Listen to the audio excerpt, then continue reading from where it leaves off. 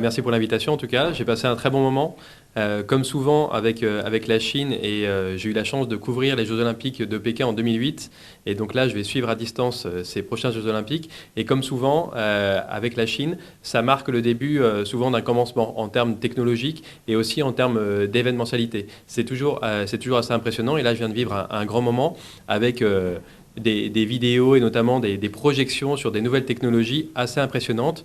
Et comme souvent, les Jeux Olympiques vont être un rendez-vous fédérateur où le monde entier va avoir les yeux braqués sur Pékin et sur la Chine. Et comme souvent, la Chine et Pékin vont répondre présent techniquement sur l'aspect notamment technologique et captation des événements sportifs.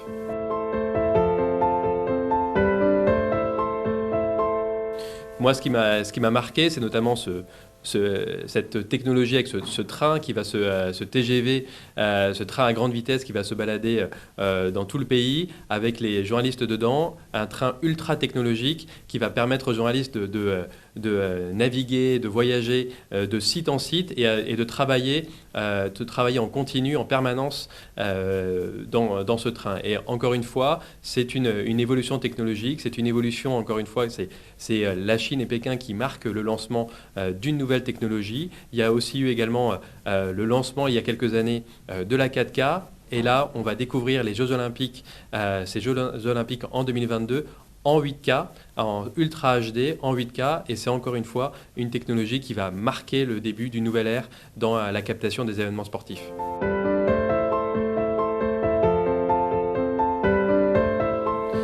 Évidemment, c'est de poursuivre ce très joli partenariat qu'on a ensemble, c'est de le renforcer. Je pense que là, c'est le point de départ encore de quelque chose avec notamment ces Jeux Olympiques. Et évidemment, je vous donne rendez-vous en 2024. Les Jeux Olympiques seront à Paris.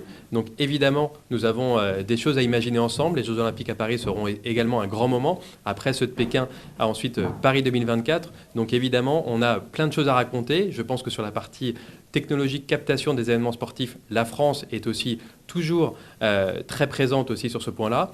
Pékin lance quelque chose sur ces Jeux Olympiques et objectif que Paris donne également un coup de projecteur sur la captation des événements sportifs, notamment sur les événements, les Jeux Olympiques d'été. Et donc là, on sera évidemment au rendez-vous et ravi que BFM Business, avec vous, on avance et on mette tout ça en avant dans nos émissions.